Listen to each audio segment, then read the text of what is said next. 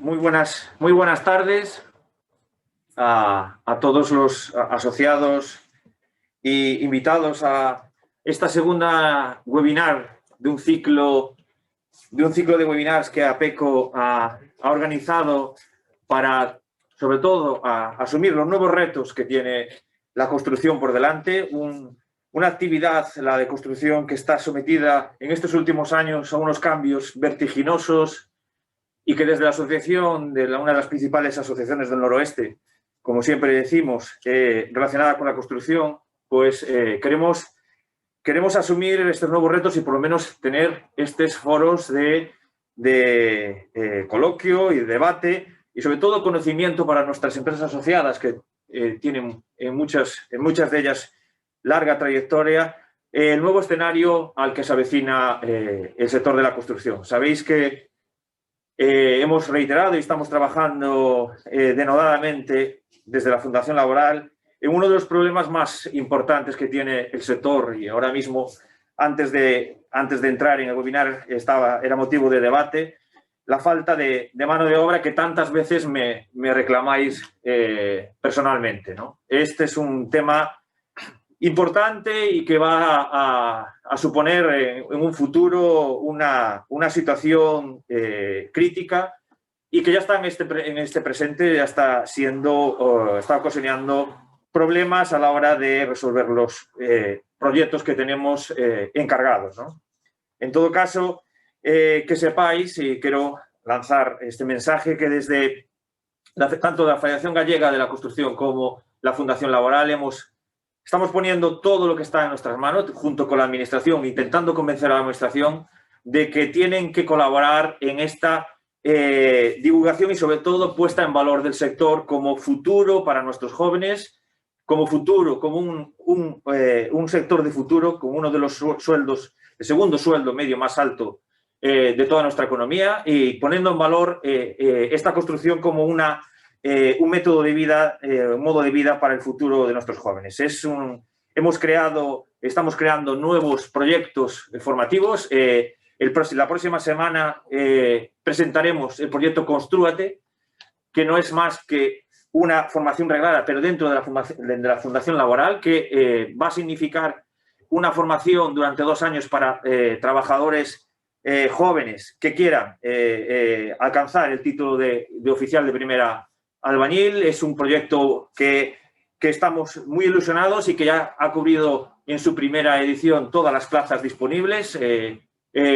Un proyecto que totalmente dual y en el que las empresas ya han empezado a comprometerse. Yo creo que va a ser un antes y un después para el convencimiento de todas las empresas de que este debe ser el camino, ¿no? Utilizar los mecanismos y las herramientas que tiene nuestra fundación para crear esos profesionales que tanta falta nos hacen, ¿no?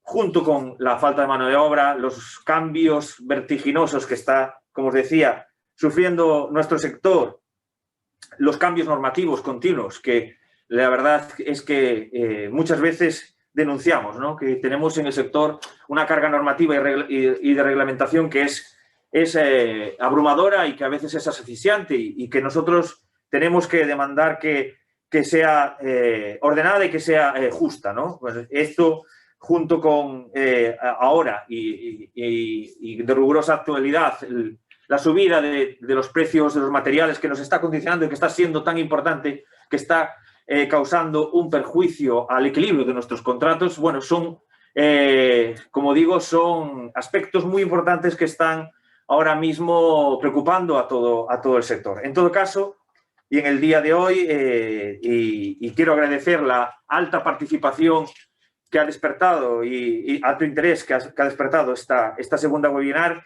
es algo que llevábamos mucho tiempo trabajando desde APECO. Sabéis que teníamos ganas y teníamos interés porque las empresas dedicadas sobre todo a la prefabricación entraran a formar parte de APECO. Lo hemos conseguido. Tenemos un representante y ha sido una persona que ha participado en la organización de esta webinar, a Daniel Hermosilla de Rodiñas, que ha sido es asociado desde hace un tiempo, sabíamos que teníamos que afrontar este debate, el debate de la construcción industrializada, que viene a resolver, y ellos lo contarán también desde su visión, desde su óptica, viene a resolver ese problema, o intentar resolver ese problema de la mano de obra. Creo que la actividad o la construcción industrializada ya hay en sectores y en actividades que está totalmente instaurada, como puede ser la construcción industrial. En nuestros polígonos podemos ver que ya es una realidad absoluta la utilización de estos métodos constructivos, y también lo es en muchas de las unidades de obra de una obra pública, ¿no? Bueno, quizás el reto, ellos lo dirán después, y el siguiente paso será la edificación, ¿no? Tanto pública como privada. En todo caso, eso es una realidad, no estamos hablando de futuro, es una realidad, y nosotros queríamos abordarlo desde esta casa. Tenemos a 4 ponentes en esta jornada. Daniel Hermosilla, como decía, CEO de Rodiñas, al que agradezco que desde el minuto 1 nos ayudara a construir esta webinar y que nos pusiera en contacto con los demás ponentes. A Francisco Saavedra, que es director técnico de Construcciones López Cao, una de nuestras empresas fundadoras de esta casa. A Santiago González, que de Naus, arquitecto de Naus Arquitectura. Le damos las gracias también por su presencia, y a Arturo Antón Casado, de Tema Ingeniería. Una vez que les toque su turno de intervención, les haré una introducción un poco de su perfil. En todo caso, y para seguir un poco el orden y mantener los horarios que tenemos establecido, yo ya casi doy la palabra al primer ponente, en este caso a Daniel Hermosilla, CEO de Rodiñas, arquitecto técnico, experto en cálculo estructural por la UNED y más de 20 años de experiencia en el diseño de estructuras prefabricadas de hormigón. Y también diré, a título particular, que es la persona que más he escuchado hablar de la construcción industrializada, y sobre todo con más pasión. Desde luego yo diría que en Galicia, dentro de este universo de la construcción, es la persona que yo he visto que ha querido más en este futuro, como digo, ya presente, y desde luego nos contagia a todos los que lo escuchamos, y desde luego mi papel es la de, como representante de los constructores, como constructor de empresas familiar y histórica, como son la mayoría de las empresas de APECO, intentar amoldarnos a estos nuevos tiempos y encajar, ¿no? Entonces, esto es el reto que tenemos la empresa tradicional, por eso el nombre de esta webinar, ¿no? De la tradición a la innovación, que es el gran paso que debemos dar, y es nada fácil, pero que creo que nos vemos en la obligación de intentar afrontar. En su caso, la ponencia es la necesidad de industrializar la construcción, y le doy la palabra y le doy las gracias. Muy ben. Boas tardes a todos. En primer lugar, nada, agradecer a APECO a invitación a participar, pero sobre todo a sensibilidad por organizar un debate como este de un tema que entendemos que é fundamental e que é importantísimo abordar. Por tanto, a primeira pregunta, últimamente está se falando moitísimo deste tema de industrializar a construción, prefabricación, tecnificación, comentábamos antes. A pregunta é, por que agora? É dicir, o tema da industrialización é un tema xa de antigo, é dicir, xa desde principios do siglo XX se industrializa, se prefabrican elementos. Por que? Además, por que temos unha situación tan dual, como comentaba Diego? É dicir, por que hai sectores da construción, é dicir, a obra industrial, por exemplo, temos uns altísimos niveles de industrialización, ou incluso na obra pública, que despois comentará Arturo, e incluso en edificación, en certas tipoloxías de edificios comerciales, edificios logísticos, incluso edificios de certo tipo de servicios que se abordan totalmente industrializados, pero parece que se resiste sobre todo a construcción residencial. E de qual é o motivo desto e por que agora se empeza a mirar a como cambiar isto. Ben, eu entendo que, en concreto, en España, durante moitas décadas a construcción foi o destino dunha cantidade de población que se move desde o mundo rural hacia as grandes ciudades, hacia as metrópoles. Estas grandes masas de xente, a maior parte, acaban traballando na construcción, xente con pouca formación ou con baixa cualificación. Entonces isto levanos a unha construcción pouco tecnificada, basada nunha gran cantidad de mão de obra, co cual temos unha productividade baixísima, que incluso lastrou a economía do país, por decirlo así. E entonces, dispoñendo estas cantidades de mão de obra, non hai incentivo, como así o pudo haber en países de Centro Europa ou de Norte Europa, onde sí xa se elaboraron, xa se fixo este proceso con anterioridade, porque ali non dispoñían desta cantidad de man de obra barata e non era o refugio destas oleadas de xente que acudían ás cidades. Ben, por que agora volve a aparecer este debate? Ben, como todos no sector sabemos, a crisis do 2008 prácticamente creou unha parálisis total no sector, especialmente na obra residencial. Parouse a actividade e parouse outra cousa, que é a formación dos novos traballadores, dos novos traballadores do sistema tradicional, é dicir, como se forma un encofrador, como se forma un colocador de ladrillo? Pois, bueno, en gran parte, pois, ao lado dun oficial, é dicir, co propio exercicio da profesión, así era como se iban formando, pero claro, ao parar a actividade, pois para ser a roda desta formación e perdemos os formadores. É dicir, cando agora de novo volve a haber unha certa demanda de obra, vemos que non temos os formadores, nadie pode enseñar a xente nova, e por outro lado añádese, e é un problema exagerado en Galicia, que as novas xeracións que se incorporan ao mercado de traballo son moi pequenas. É dicir, hai pouca xente nova para traballar, porque xa naceu moi pouca xente nos anos 80, nos anos 90, que hai xente que se está incorporando a estes mercados, e ademais atopámonos que dentro das súas preferencias a construcción non está entre as súas favoritas. Entón, isto, claro, temos unha situación de que decimos que non hai xente que queira traballar na construcción. Pero non só iso, ademais agora están aparecendo unha serie de novas tecnoloxías que están cambiando todo.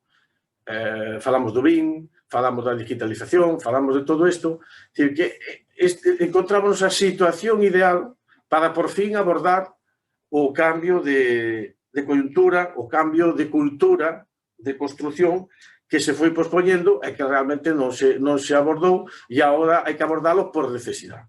O que pasa é que abordar isto non é un problema que se poda solucionar en 15 días, nin en un ano, nin en 2 anos.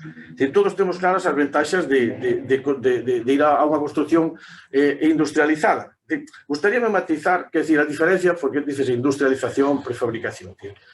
Bueno, prefabricación é fabricar en unha factoría e depois levar estes elementos para ensamblar en obra. Industrializar eu creo que é un matiz que vai moito máis alá. É dicir, é abordar todo o proceso. É abordar todo o proceso de coordinación, pero xa dende a fase de proxecto, a fase de fabricación de todos os fabricantes, que son moitos, e que se ensamblan entre sí. Entón, imaginemos isto, visualicémoslo na industria do automóvil. É dicir, é impensable que non estén de acordo o señor que suministra un amortiguador, co que suministra a roda, co que suministra o motor, co que suministra a inyección, co que suministra tal. Todo iso ten que estar coordinado, ten que ensamblar perfectamente, tanto a nivel material como a nivel de tempos no momento en que se ejecuta ese proceso. Si podemos levar os tabiques en módulos e tal, pero temos que pensar en que momento se coloca, porque seguramente vai interferir cando se coloca a fachada ou un elemento determinado. Entón, todo iso ten que haber un cambio global da percepción do proceso. Non se trata só de utilizar elementos prefabricados. Entonces, quer decir, aquí é un reto para todos os participantes da cadena. En primeiro lugar, por proxectistas, que depois vaise falar aquí. Non é igual proxectar para construir in situ que para algo que se vai tratar de industrializar. É moi diferente. É máis costoso. E é máis lento. Quer dizer, e incluso implica hábitos de conduta. É dicir, hai que interactuar moito máis con todos os demais participantes do proceso. A constructora pasa a ter un papel crucial, porque é o equivalente á ensambladora da automoción. É dicir, é a Citroën da automoción. É dicir, é o que ten que coordinar a todos os fabricantes de componentes, de elementos, os diseñadores. E ten que facelo cas tecnoloxías que xa vamos tendo a disposición. Co BIM, con todas estas cousas. É dicir, é impensable industrializar sin utilizar todo isto. Isto que cambios nos vai obligar? Pois, de entrada, estamos dicindo que queremos cambiar man de obra non cualificada, é dicir, basicamente de horas de obra, que é unha xente que ahora mesmo non dispoñemos dela. E se cambiamos esta forma de construir, vamos a sustituir por xente moito máis cualificada, que vai traballar nos gabinetes de arquitectura, de enxeñería, nas oficinas técnicas das fábricas. E esta xente, como todos sabemos, é xente que ahora mesmo non somos capaces de absorber na súa totalidade, senón que os estamos expulsando hacia a emigración, co cual podríamos reter unha gran cantidad de talento en un sector que pode estar altamente tecnificado e xerar moito máis valor. E esta xente, repito, estámola expulsando. Entón, temos que crear o ecosistema para poder aproveitar esta xente. Isto vai nos a levar a onde? A gran problema histórico, que é a baixa productividade da construcción. Temos que construir o mesmo con menos xente, pero xente máis cualificada, máis tecnificada, que se é así, podrá ter estar mellor retribuída. E isto vai, a mí tamén gustaría defender un tema que temos falado moitas veces, que é dicir, a construcción, evidentemente, industrializada vai nos axudar a dignificala, pero esa é unha labor que, ao margen de industrializalo non, eu creo que hai que facelo en todos os ámbitos que nos sea posible.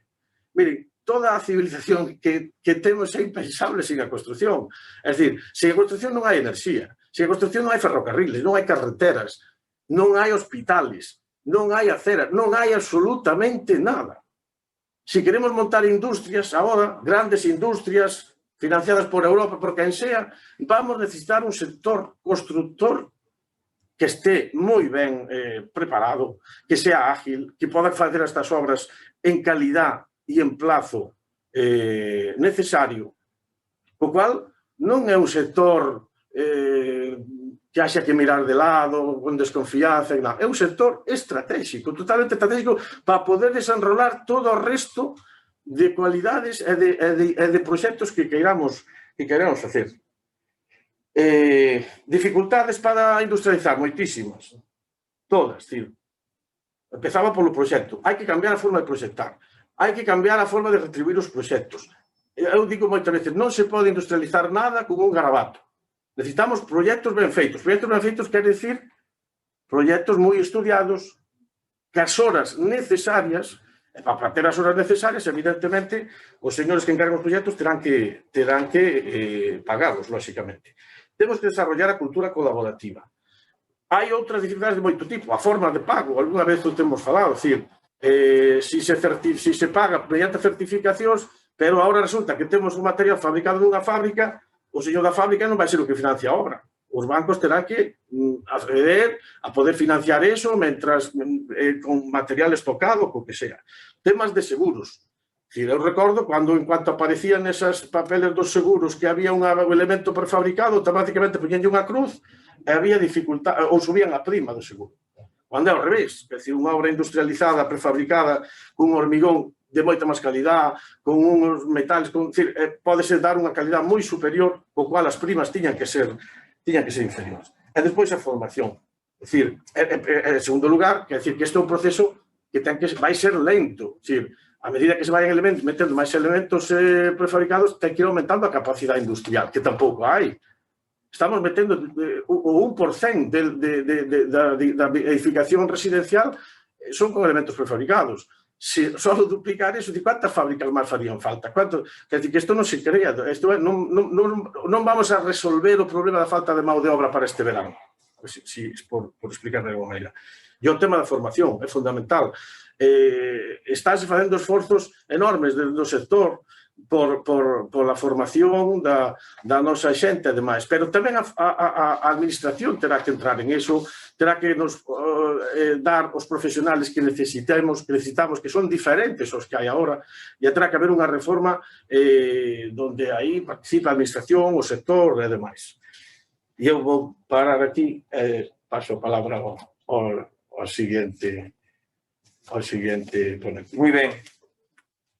Gracias, Daniel. Y a segunda ponencia está a cargo de Francisco Saavedra Calo, director técnico de Construcciones López Cao, ingeniero de Caminos, Canales y Puertos, 20 años de experiencia, director técnico también de Construcciones López Cao desde hace 14 años y ha participado en numerosas obras de toda tipología y coordina la actividad de la planta de prefabricados de hormigón adquirida por López Cao desde hace 5 años. Su ponencia titula Evolución de la construcción tradicional a la construcción industrializada. Y le doy el paso. Buenas tardes. En primero agradecer a Peco el haber contado conmigo para esta webinar y agradecer a toda la gente que está viéndonos del otro lado. Lo primero, contaros quiénes somos.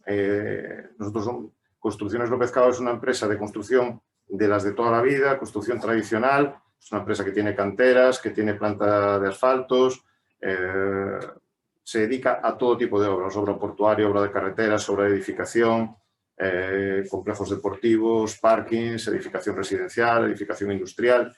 Tenemos muchísima experiencia en todo tipo de obras. Y diréis, ¿por qué estáis en este mundillo? Al final, cuando estalló la crisis financiera en el año 2008, esto es un poco redundante en lo que ya comentó Daniel, pues con ese estallido se fue muchísima gente del sector porque no había trabajo. Y nos encontramos que cuando la actividad empieza a recuperarse, todo el problema del relevo generacional que ya ha comentado Daniel está ahí. No hay gente que forme a las nuevas generaciones. Dentro de eso ya hay muy poca gente que quiera ir al sector de la construcción. Entonces nosotros en ese momento empezamos a ver las virtudes, en ese momento lo relacionábamos con la prefabricación. Era un sector que parecía que podía ser interesante porque podía aportar soluciones. Durante este tiempo pues apareció la oportunidad de compra de una planta que llevaba muchos años, una planta antigua, que en ese momento estaba en concurso de acreedores, se apostó, se hizo una inversión importante y se puso a andar una fábrica que, bueno, en aquel momento tenía 5 empleados que no tenían absolutamente nada que hacer. En principio lo que quisimos fue echarla a andar, pues con lo que había allí, es decir, mesas para fabricar panel, moldes para fabricar determinados tipos de vigas, pilares, pero siempre con la idea de hacer algo más, porque lo que buscábamos era también que fuera un complemento competitivo para la empresa. Pues durante ese proceso de echarla a andar íbamos viendo necesidades que nos aparecían en las obras. En obras portuarias, pues fabricación de pantalanes de hormigón. En obras de urbanización, fabricación de determinados tipos de pavimentos prefabricados, que se pueden utilizar y se están utilizando hoy en día.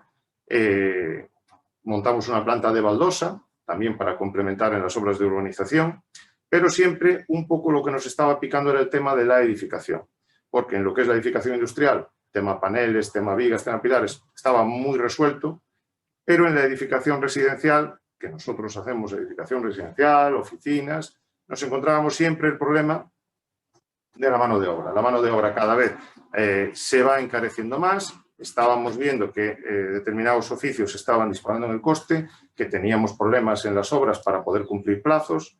La calidad a veces no era la misma, porque la gente no era tan buena como la que había antiguamente. Y se decide empezar a hacer cosas, pensar ideas, entre todos aportando ideas desde la gerencia de la empresa, los distintos compañeros, jefes de obra, todos los técnicos encargados, pues viendo qué elementos podían ser los más interesantes para empezar a prefabricar. Eso al final requiere inversión, requiere un trabajo más tecnificado, porque al final cuando tienes que prefabricar algo, pues hay que hacer cálculos, hay que hacer despieces, planos, organizar logística, tanto a nivel de transporte, grúas, hay que organizar todo lo que es el ensamblaje, equipos de montaje, con sus problemáticas. Pero bueno, al final es un trabajo que se tiende a tecnificar más y empieza a ser atractivo para más gente. La gente joven hoy en día no le apetece trabajar en una zanja o no le apetece estar en un equipo de asfaltado.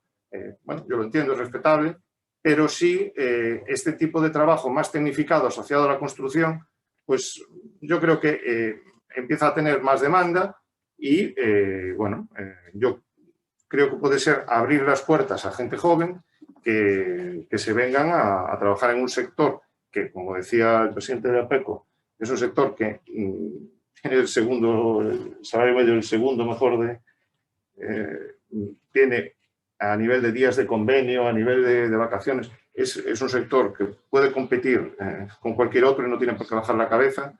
Y bueno, la idea nuestra es seguir apostando, creando cosas. Durante todo este proceso desarrollamos un proyecto de I+D+I, en el que participaba también Santiago, que está aquí con nosotros y hablará más tarde, para desarrollar tabiquería para edificación. Un proyecto de 3 años que ya ha dado frutos, que es decir, ya hay edificios hechos con tecnología desarrollada en un proyecto de I+D, que al final lo que consiste es parte de los elementos que forman parte de un edificio se llevan hechos de una fábrica. Todo eso, como decía Daniel antes, tiene mucho trabajo detrás. Los proyectos tienen que ser mejor pagados porque tienen mucha mayor dedicación, tienen muchas más horas de trabajo que un proyecto tradicional, pero la agilidad que se consigue en obra, la rapidez en plazos, el acabado, pues yo creo que puede competir y estar en mejor situación todavía que lo que es la construcción tradicional. Ese proyecto de I+D yo creo que ha sido un éxito, se está utilizando ahora mismo ya también en viviendas unifamiliares y bueno, al final lo que hablábamos de evolución de la construcción tradicional a la construcción industrializada es que cada vez más elementos de las obras van a venir hechos de fábricas, lo cual, como decía Daniel, las fábricas que estamos ahora mismo en Galicia, la nuestra es una cosa muy pequeñita, pero las posibilidades de ampliación son todas las que se quieran, porque el tema de la falta de mano de obra no va a mejorar. La problemática que tenemos cada vez mayores con los plazos en obra no va a ir a mejor. Al final, las fábricas tendremos que especializarnos, habrá fábricas que serán especialistas en unos productos, otras en otros, y va a requerir inversiones muy importantes, pero ahí está el futuro. No podemos pretender seguir construyendo igual que se construía hace 20 o 30 años. Es imposible, no vamos a ser capaces, no vamos a conseguir la mano de obra, porque no hay varitas mágicas. Entonces, bueno, nuestra idea es seguir. Lo que estamos viendo que hoy en día es un éxito. A todo el mundo hoy nos suenan las palabras como son empresas como AEDAS, como Avintia, que están haciendo proyectos con mucho éxito, que llevan miles de viviendas ya industrializadas construidas y aquí están habitadas, que no tienen ningún tipo de problema, que la calidad es igual o mejor que la de la construcción tradicional y por ahí tenemos que tirar. Da igual que seamos una constructora tradicional, es decir, tenemos que adaptarnos a este entorno que es el que pide el mercado y, bueno, desde luego nosotros hemos hecho una apuesta creo que importante, vamos a seguir invirtiendo en ello, vamos a ampliar instalaciones tan pronto podamos y el futuro es ese, es montar plantas de edificación industrializada en la que participen no solo el constructor del hormigón prefabricado, tendrán que interactuar con él pues, la gente de fachadas, la gente de instalaciones y demás oficios que hoy en día todos entran en las obras, pero que a partir de ahora va a ir siendo más habitual ver que a las obras llegan camiones con parte de la obra ya, pues, que viene de una fábrica. Recalcar mucho, la calidad que se puede conseguir es mejor que la construcción que hacemos in situ, porque todo el mundo somos conocedores, por ejemplo, de cuando se hacen tabiquerías en obra, todas las rozas que se le hacen para meter las instalaciones, cada vez más las viviendas, las oficinas, toda la construcción de edificación lleva más instalaciones, exigencias de normativa y demás factores. Al final se destrozan las construcciones que estás haciendo, generas una cantidad de residuos descomunal y todo esto puede ir ya ejecutado desde una fábrica. No es complejo, es simplemente saber adaptarse y que la gente que está detrás de los proyectos participe desde el principio, como decía Daniel, tienen que involucrarse ya desde un principio, pero bueno, al final los que invierten, los promotores, son los que tienen que apostar por ello, porque van a tener un primer coste, que es el del proyecto, que va a ser mayor que el de un proyecto tradicional, por las horas que va a requerir invertir. Pero al final, el coste global de la obra no va a ser excesivamente más caro. Puede que sea algo más caro ahora, que todavía no tenemos las industrias optimizadas para todo esto. A un futuro el coste va a ser igual que el de una obra que se haga con construcción tradicional. Entonces, bueno, lo dicho, desde López Cabo apostamos por esto, aunque seguimos participando en obras de construcción tradicional y seguiremos. Y también somos conscientes que hay que formar a gente en todo tipo de oficios porque, lo comentábamos antes de empezar aquí, no vamos a industrializar una zanja o es muy complicado industrializar. No vamos a industrializar un equipo de asfalto. Hay muchos trabajos que va a seguir contando con gente, no a lo mejor tan tecnificada, pero sí que vamos a tener gente, mano de obra como la que tenemos hoy en día. No es que con la construcción industrializada desaparezca todo lo que hay, no, ni mucho menos. Es decir, va a ser una parte y para ello lo que tenemos que entre todos es ir cambiando el paradigma, la forma de pensar y ver que no tiene ningún problema asociado, que va a ser más competitiva a futuro y que vamos a conseguir pues, revertir el mayor problema que hay ahora, que es el de la falta de mano de obra, porque bueno, ahora mismo estamos pasándolo bastante mal en las obras que se tienen en ejecución al no ser capaz de contratar gente. Pues yo terminaría también con... Muy bien. Desde luego, era interesante conocer el caso, ¿no? Y él ha incidido, Fran ha incidido en el caso de una constructora tradicional, o sea, de toda la vida, que ha dado el paso a ese cambio y eso es un poco el motivo, ¿no? de esta webinar, ¿no? Y que se haga en una asociación como la nuestra, que es de constructores y que tiene tanta historia, ¿no? Yo creo que es importante mantener la esencia de lo que hemos hecho hasta ahora y evidentemente hemos contribuido a crear las infraestructuras que tenemos en nuestro entorno, pero es cierto que la concepción de la propia construcción está cambiando y también tenemos que cambiar nuestra forma de actuar y hay que innovar. Y este es un caso claro.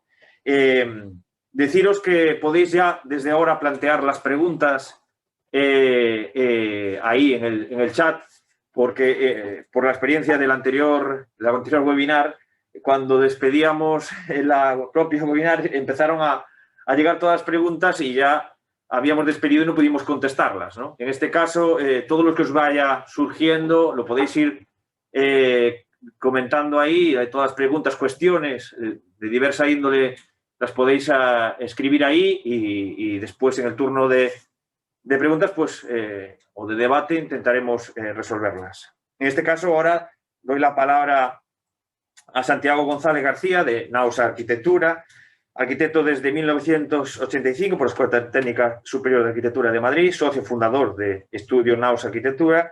Desde hace más de 30 años lleva realizando numerosos proyectos tanto en Galicia como en el ámbito nacional e internacional, abarcando proyectos públicos y privados de diversa tipología, sanitaria, deportiva, social, educacional, residencial, medioambiental, etcétera, con la sostenibilidad como eje fundamental de los mismos. Ha impartido clases y conferencias sobre arquitectura y sostenibilidad medioambiental en diversas universidades y congresos. Su ponencia versará sobre el proyectar para industrializar. Le doy la palabra y le doy las gracias por su presencia aquí. Muy bien, pues gracias a vosotros por la invitación, por dejarme participar en esta webinar, que entiendo que es muy interesante por la transversalidad, en el sentido de que, como ha dicho tanto Daniel como Fran, el proceso de la construcción no hay que partirlo, sino que para intentar progresar hay que mantenerlo, digamos, en un conjunto encadenado desde la fase inicial del proyecto hasta la finalización de la obra. Eso significa implicar en el mismo equipo el proyecto de arquitectura junto con el proyecto de construcción y, evidentemente, con la apuesta del promotor porque este proceso esté encadenado. Yo he traído una presentación, si me la podéis poner un poco para apoyar lo que voy a contar, y si me dejáis el ratón, pues perfecto.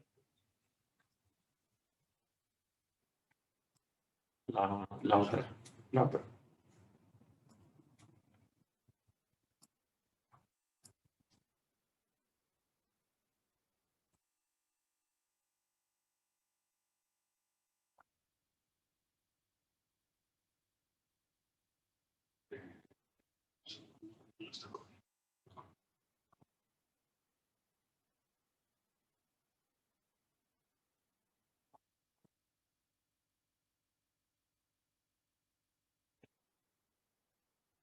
¿Es esta, no? Sí.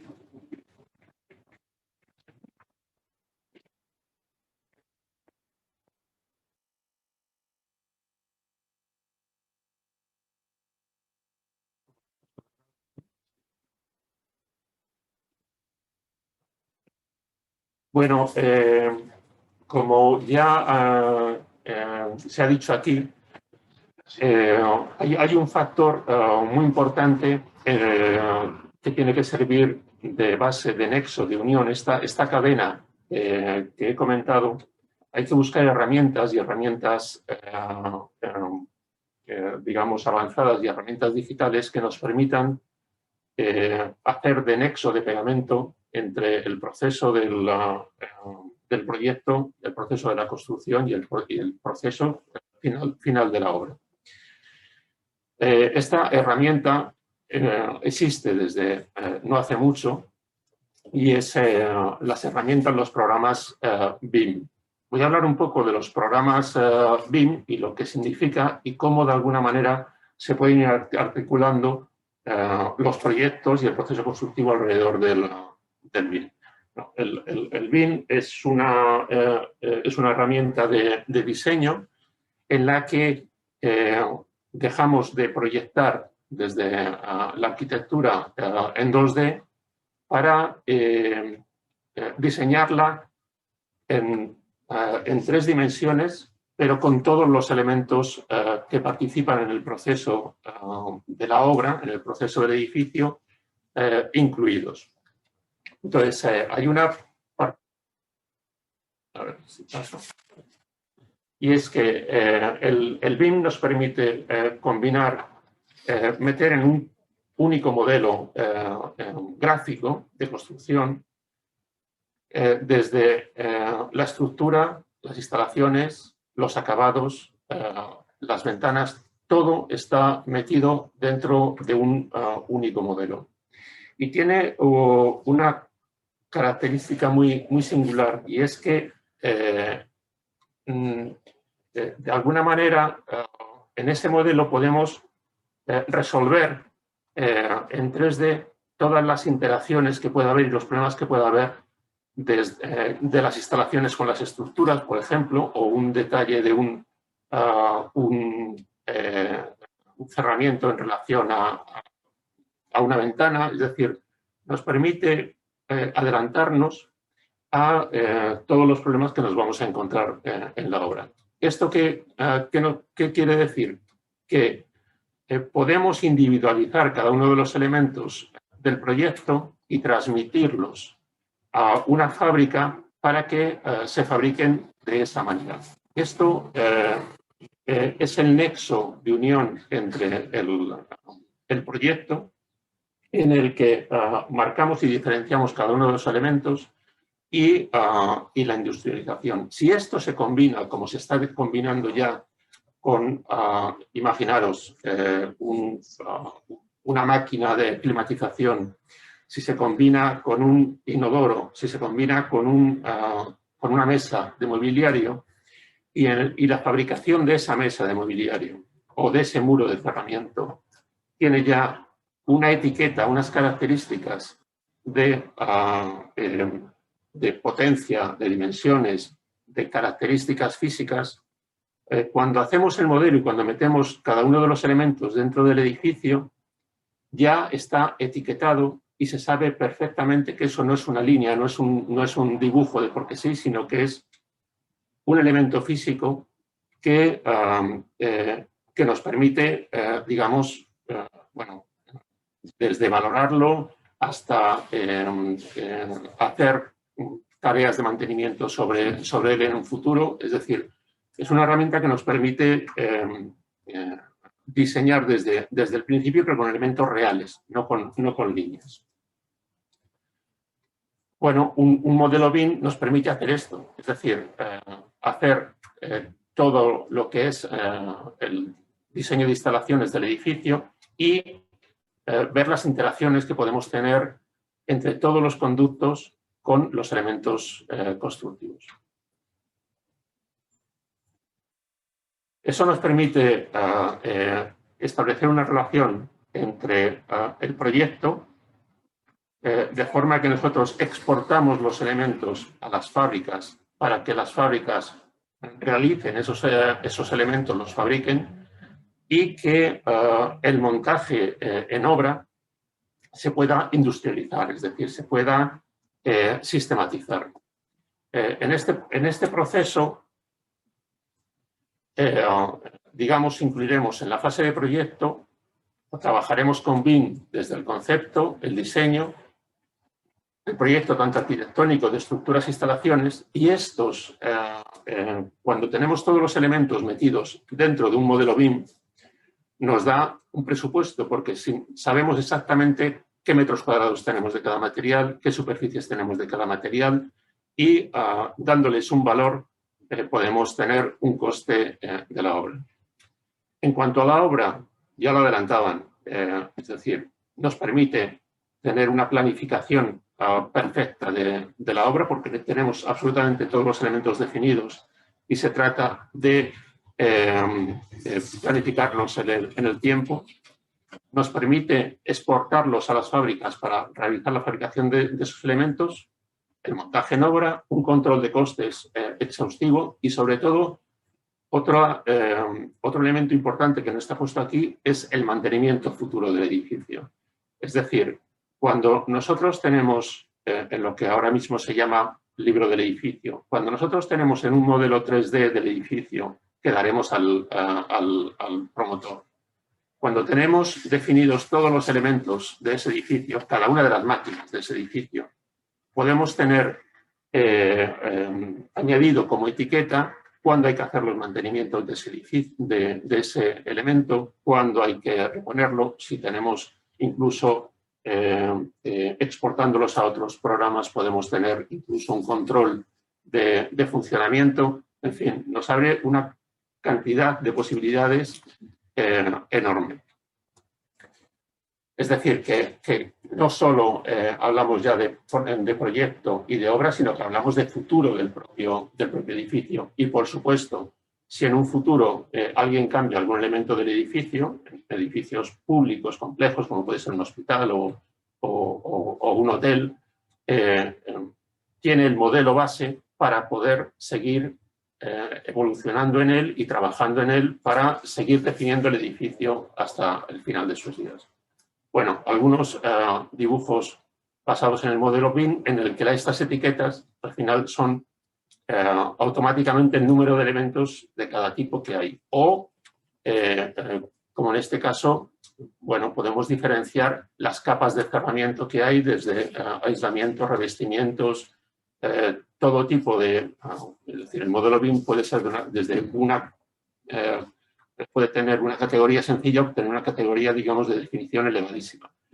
Entonces, aquí en este ejemplo tenemos definidos cerramientos, suelos, pavimentos y en la parte inferior tenemos características y superficies de cada uno de ellos. Todo esto está metido en ese modelo, con lo cual es muy fácil exportarlo y coordinarlo con las fábricas y con los centros de producción. Muy rápidamente voy a contaros como decía Fran, hicimos un proyecto de I+D para realizar un modelo de tabiquería prefabricada, bueno, en que colaboró también la Universidad de La Coruña y Alay Control. Entonces se trataba de hacer un modelo de vivienda, sin más, muy sencillo, porque estamos hablando de un proceso de investigación y de desarrollo de los elementos, para trabajar con tabiquería de hormigón prefabricada. Entonces, este es un modelo muy sencillo de vivienda que hicimos, y estos son un ejemplo del tipo de tabiques que salen. Es decir, estamos hablando de esto que hay aquí dibujado es un tabique de cuarto de baño, en el que dentro del tabique, ya en la fase de proyecto, van definidas las tuberías que hay, cómo van las tuberías metidas, hasta qué altura están metidas y cuándo salen, así como la instalación eléctrica. Entonces, el tabique se fabrica desde origen hasta, o sea, desde el proyecto a la fabricación, lleva incluidas las instalaciones, con lo cual el proceso en obra elimina completamente las rozas. Las rozas no existen. Esa información, como decíais, hay que darla desde el proyecto, y el proyecto se complica. Es decir, el proyecto hay que especializarlo más, eso está claro. Pero es que está claro que también que es el futuro, es la única forma de que evolucionemos y demos el salto en la fabricación. Esto es en López Cao, en esa nave de prefabricados que tiene, cómo se montaban esos tabiques, y como veis, con las tuberías ya metidas dentro del tabique. Entonces, esto, si está sistematizado, acotado, llega a la obra y se coloca perfectamente. Bueno, esto es otro ejemplo de otro tabique con otro elemento. Esto es, digamos, un plano. Sobre nuestro plano, pues en la fábrica pues hacen pequeños ajustes para luego meter exactamente las instalaciones dentro. Y estos son los tabiques colocados. Directamente con una grúa se colocan y se acabó. Llevan las instalaciones dentro. Luego, en el proceso, en nuestro caso, es se coloca la tabiquería y luego se colocan forjados. Es decir, la edificación progresa hacia arriba, en vertical, paralelamente el tabique y la estructura. Ahora estamos dándole vueltas a cómo hacer este proceso con estructura hecha y metiendo los tabiques desde el exterior. Pero evidentemente es una obra, es un tipo de obra súper limpia y súper rápida. Bueno, este es el modelo de casa, y como os dije, era muy sencillo. Llevaba todos los premarcos metidos, esos tabiques llevaban todas las carpinterías, y estos son otros modelos en los que estamos trabajando para prefabricación. Entonces, es importante, digamos, desde el punto de vista tecnológico, que estemos todos juntos, arquitectos, ingenieros y constructores, en este salto que se va a dar. Nosotros estamos construyendo fuera, estamos con proyectos en Inglaterra, en Italia. Inglaterra es un caso, digamos, más avanzado de construcción que el nuestro, más avanzado en el tiempo. Eso quiere decir que es como nuestro futuro, por decirlo de alguna manera. Y a mí estábamos haciendo un proyecto en el que iba a meter un sótano, que para nosotros es lo más económico de construir. Un sótano es un sótano, que nada, es hormigón, punto, y se acabó. Bueno, allí se echaban las manos a la cabeza a la hora de pensar en hacer un sótano, porque para ellos es lo más caro que existe, construir un sótano. Y yo no lo entendía. Y al final es verdad. ¿Por qué? Porque no hay mano de obra. No hay el proceso de encofrado, el proceso de fabricación es complicadísimo para ellos y es carísimo. Entonces, ahí nos vamos a encontrar dentro de 2 días. Entonces, todo el proceso hay que industrializar. Bueno, y esa es nuestra apuesta y en eso estamos trabajando, ¿no? desde hace tiempo. Muy bien, estupendo. Muchísimas gracias.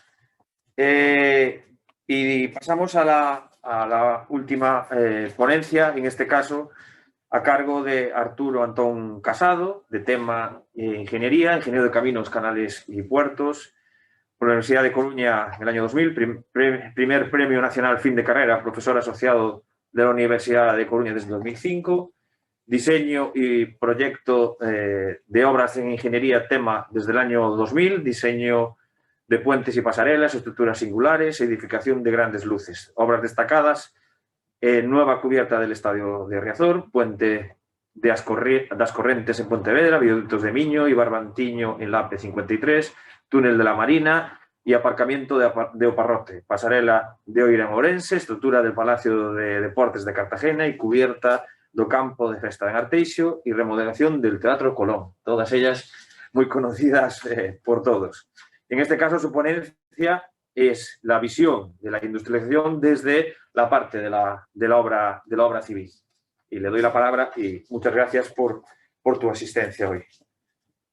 De acuerdo. Bueno, pues buenas tardes a los que nos estáis siguiendo por internet. Gracias a PECO por permitirme participar en esta mesa redonda y enhorabuena al resto de ponentes porque me han parecido fantásticas sus intervenciones, me parecieron muy interesantes. Entonces, he traído una pequeña presentación. Nuestra cartera de trabajo en la oficina de proyectos, una gran parte es puentes, ¿no? Entonces, he querido centrarlo ya no tanto en obra civil como en lo que es la industrialización de puentes, ¿no? Que es un sector que quizá va un poquito por delante de la edificación, ¿no? Por sus características y demás. Entonces, bueno, pues he querido hacer un poquito una especie de biografía. Esta creo que es la última.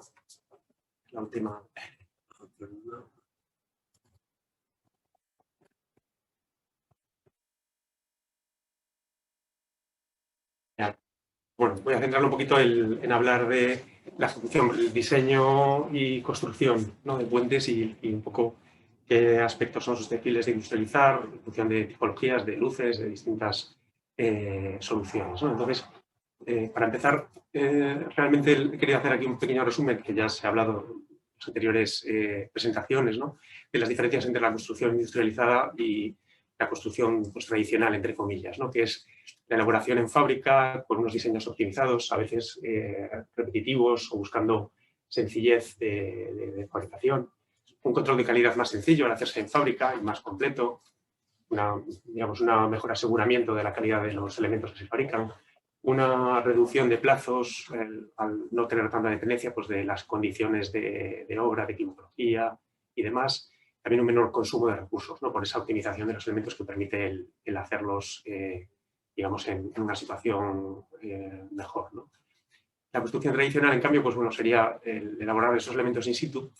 Tiene un aspecto positivo que hemos puesto ahí, que sería un poco una libertad de diseño y personalización, ¿no? Que en un diseño industrializado, esa libertad de diseño y personalización acaba en la fase de proyecto, ¿no? Una vez que ya empiezas la fabricación, es muy difícil poder hacer variaciones sobre los diseños iniciales, ¿no? Entonces, estas serían un poco las características. Y antes de entrar en puente he cogido 2 obras nuestras que me parece que pueden ser así de las que, bueno, puse también como referencia así en trabajos que hemos hecho cerca de Coruña, ¿no? Realmente trabajamos también pues por toda España, por todo el mundo, que son, uno, la cubierta del campo de Feira de Arteixo, que está ahí a la izquierda. Creo que sí que es un ejemplo, por ejemplo, de construcción industrializada, en el sentido de que son todo piezas fabricadas en taller, desde las que conforman la estructura metálica hasta la propia cubierta, que son piezas que vienen curvadas porque tienen unos radios bastante amplios, y que además es un ejemplo de que la industrialización no implica diseños sencillos o diseños repetitivos, ¿no? Porque esta es una cubierta singular que se adapta al campo que existía, que tiene una forma trapezoidal, que tiene una forma en la que se han respetado esos muros, el pavimento, no se tocó nada, se mantuvo todo lo que había, y le montamos encima pues, una cubierta que es bastante singular y que realmente pues, son todo piezas atornilladas, viene partida en elementos que se pueden transportar, que caben bueno, pues muchos en un transporte, ¿no? Entonces, pues bueno, pienso que es un ejemplo de algo pues, que está, digamos, totalmente prefabricado, industrializado en todos sus componentes y elementos, ¿no? En el otro lado he puesto, no es construcción tradicional, porque es construcción moderna, es la reforma del Teatro Colón. El Teatro Colón es un edificio de los años 50, construido pues, con un hormigón pues, ya de mejor calidad, armaduras lisas, y en la reforma que se hizo pues ya hace más de 15 años, creo que se hizo hasta ahora.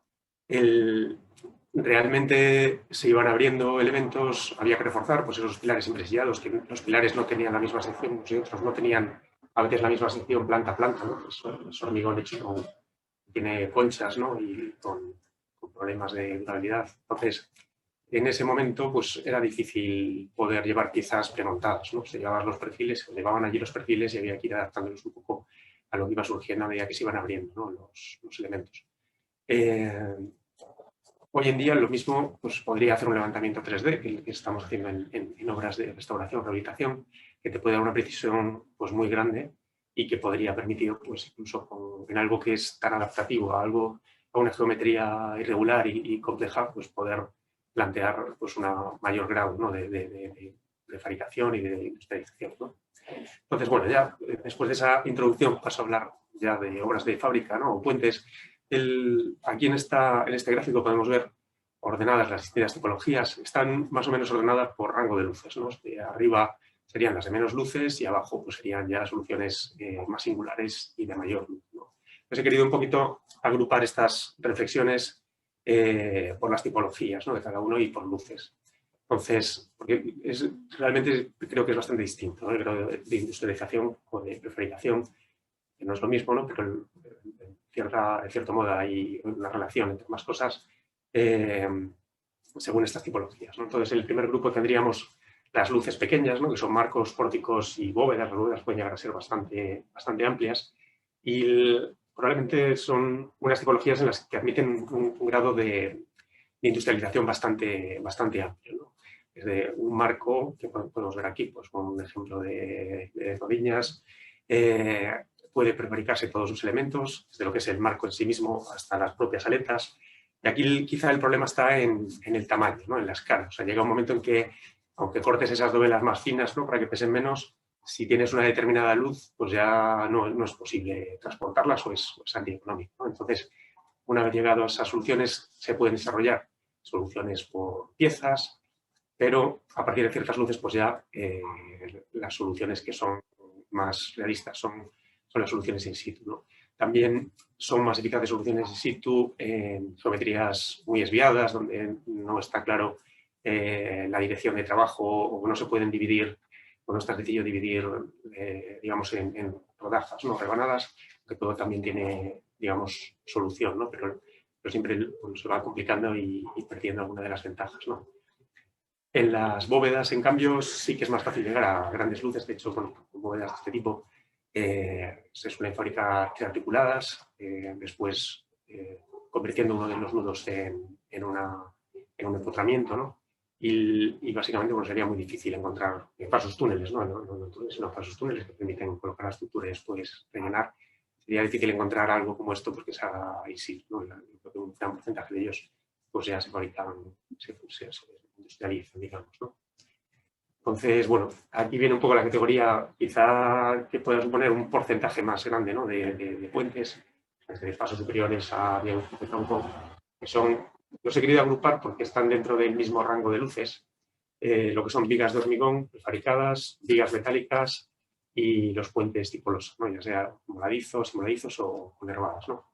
Si vemos aquí el rango de luces de estas tipologías, tanto de las losas como de las vigas, están, digamos, en competencia y estamos hablando pues desde 15 metros a 40 y bueno, ahí en la gráfica pues, lo extiende un poco, o sea, puede llegarse a estar por encima de 40 tanto en vigas como en losas, pues, por debajo de 15, pero bueno, ya serían soluciones un poquito más singulares, ¿no? Su rango natural pues sería pues, hasta unos 40 metros, ¿no?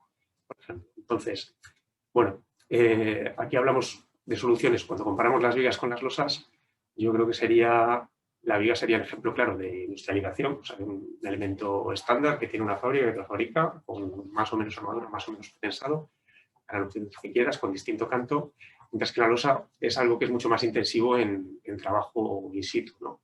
Tiene también cierta industrialización en cuanto a premontaje de armaduras, en cuanto a los encofrados. Realmente es algo pues, que no tiene esa fabricación industrial, ¿no? Entonces, bueno, si vemos primero un poquito cómo serían los puentes de vigas que todos conocemos y que son, bueno, en esas luces, el mayor porcentaje hoy en día que se construye es de puentes de vigas fabricadas, ¿no?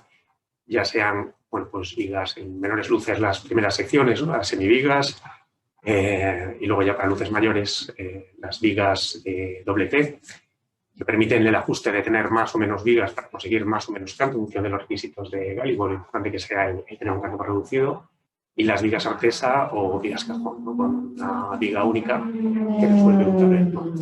Estas geometrías que, bueno, inicialmente podían estar limitadas en cuanto a curvaturas. Aquí tenemos un tablero que se aprecia, pues, que tiene una curvatura importante, que necesita un peralte, que las vigas tienen una contraflecha, ¿no? Entonces hay que resolver después la losa para que la rasante quede adecuada, ¿no? Pero es totalmente posible resolverlo con las vigas, ¿no? Además, no solo se prefabrican las vigas, sino que la ejecución del tablero pues, también se prefabrica con prelosas, pues, se pueden ver en el fondo de la fotografía, puede ser de voladizo incluso, para que la viga no tenga que colocarse en el extremo. Y no queda aquí solo la prefabricación, la visualización, sino que también hacia abajo pues, podemos prefabricar, visualizar fustes de pilas, dinteles prefabricados, capiteles, incluso también los estribos, ¿no? Aquí tengo, bueno, una foto de una obra nuestra que es, bueno, donde participamos con dirección de obra, que es la tercera ronda de La Coruña.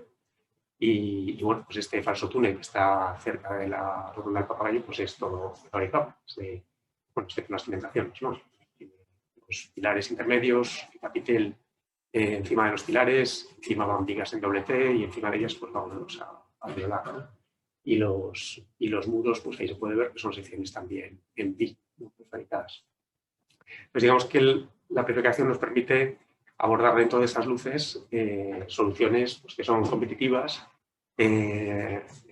digamos, económicamente, y que, bueno, hay una cosa aquí que hablando de esto me parece interesante, ¿no? Que es una orden circular de 2002 de la Dirección General de Carreteras, que a mí siempre me llamó la atención, ¿no? Porque sacaron esta orden circular sobre criterios a tener en cuenta para el proyecto de puentes con elementos fabricados, ¿no? Porque siempre el puente fabricado, desde los policistas de puentes, ha estado muy denostado por su estética, ¿no? O sea, hay una cierta concepción de que un puente fabricado es feo, o es más feo, ¿no? Que un puente in situ.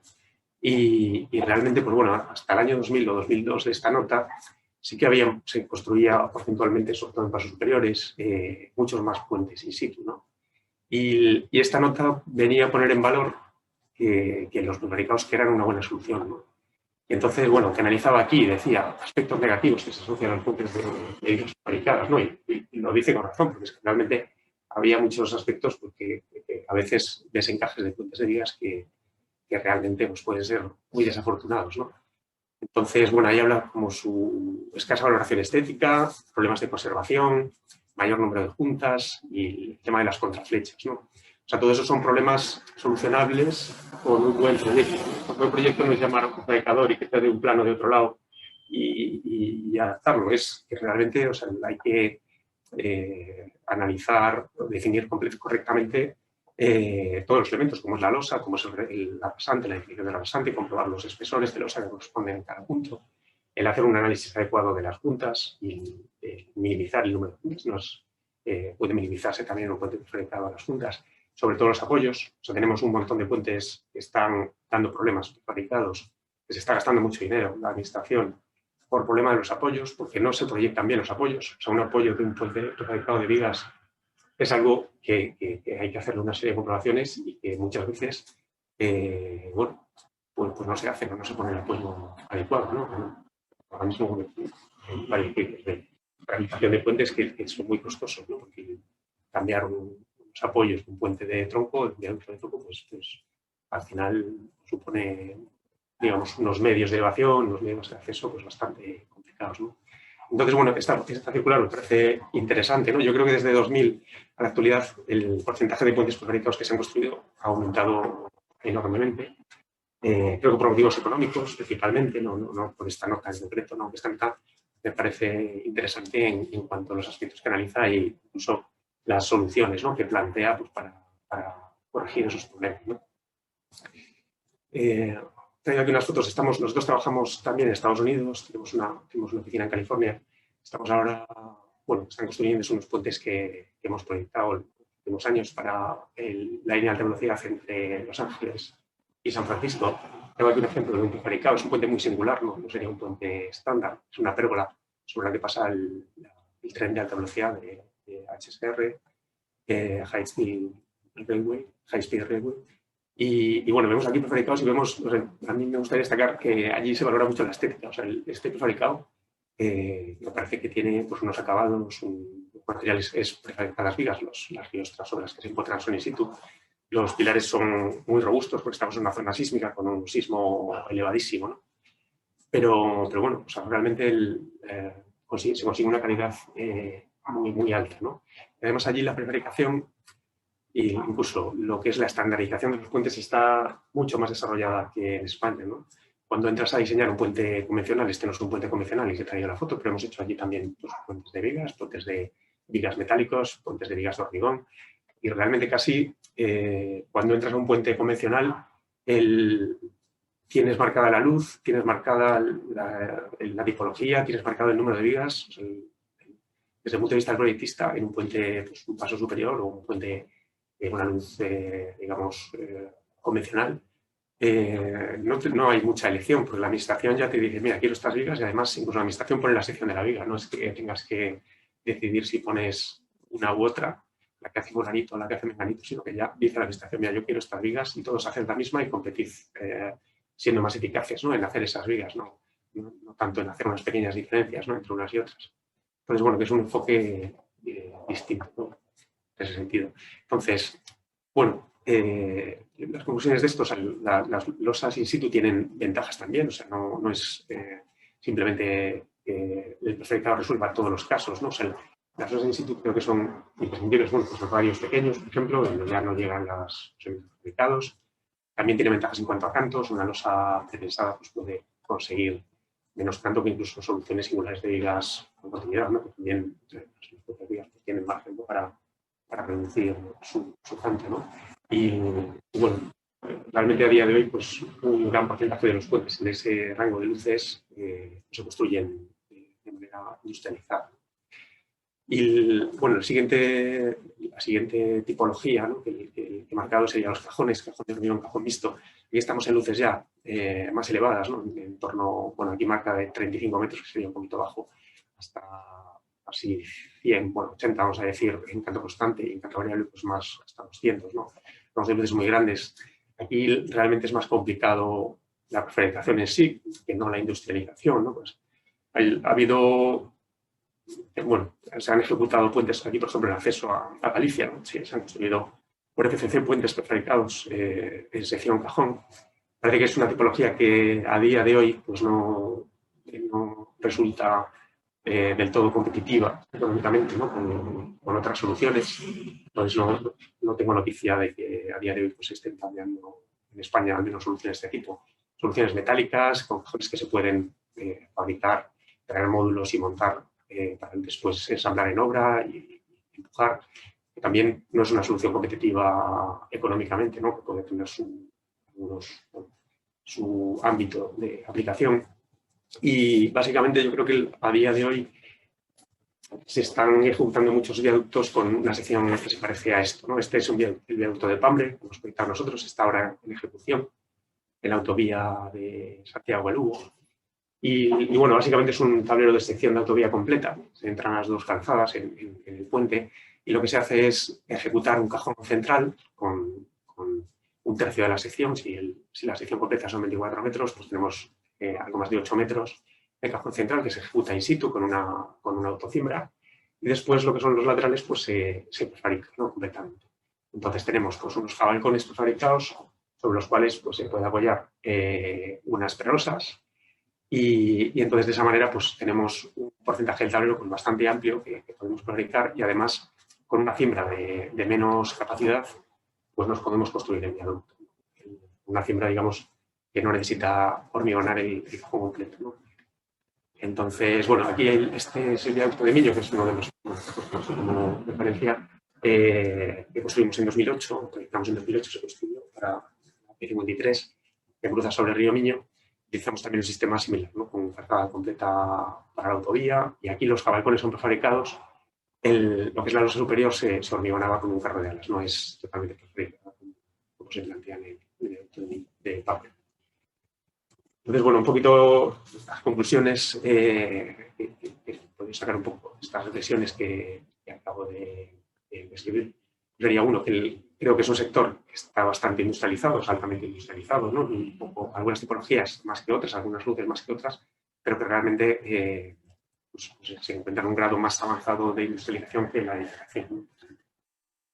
Lo segundo, que es un sector en continua evolución, porque realmente hay muchas soluciones, sobre todo, bueno, como hemos visto, en los cajones, ¿no? Y también en luces medias.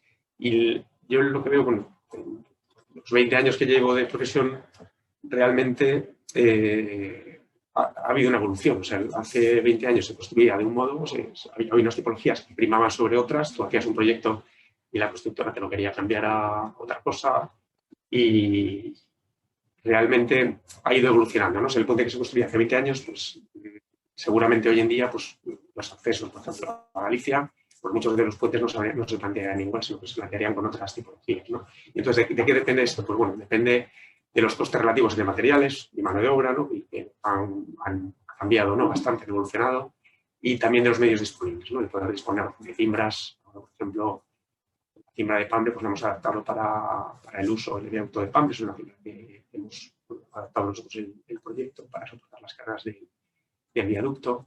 En ferrocarril, bueno, proyectos de cimbras que hemos trabajado, pues hemos llegado a puentes ferroviarios con 70 metros de luz en ese cajón. O sea, digamos, eso no era posible hacerlo pues hace 20 años, ¿no? Y luego, por último, que el grado de industrialización se define en las etapas iniciales de diseño. Bueno, han comentado el resto de ponentes, ¿no? Que es muy importante, si no se plantea inicialmente y no se desarrolla todo completamente desde el punto de vista de industrializarlo, es difícil hacerlo en las etapas finales, ¿no? Entonces, para eso es muy importante pues, estudiar alternativas pues para adaptar, digamos, las soluciones a los requerimientos y las condiciones concretas, ¿no? de cada ubicación y de cada puente. Y bueno, básicamente esto es lo que quería contar. Y nada más. Muy bien. Pues muchas gracias por esta última intervención, y yo abriría ahora, además vamos bien de tiempo, abriría el turno de coloquio y de preguntas, en este caso. Y antes una cuestión que os quería plantear, me surge a raíz de todas vuestras intervenciones, y desde la óptica de la constructora tradicional. Y todos pensamos en los elementos y las actividades que todos tenemos en una obra, ¿no? Y la pregunta a lo mejor es complicada, pero ¿hasta qué punto podemos, empiezo por ti, Dani, hasta qué punto podemos prefabricar o industrializar? Porque evidentemente hemos hablado de la prefabricación en la óptica del hormigón.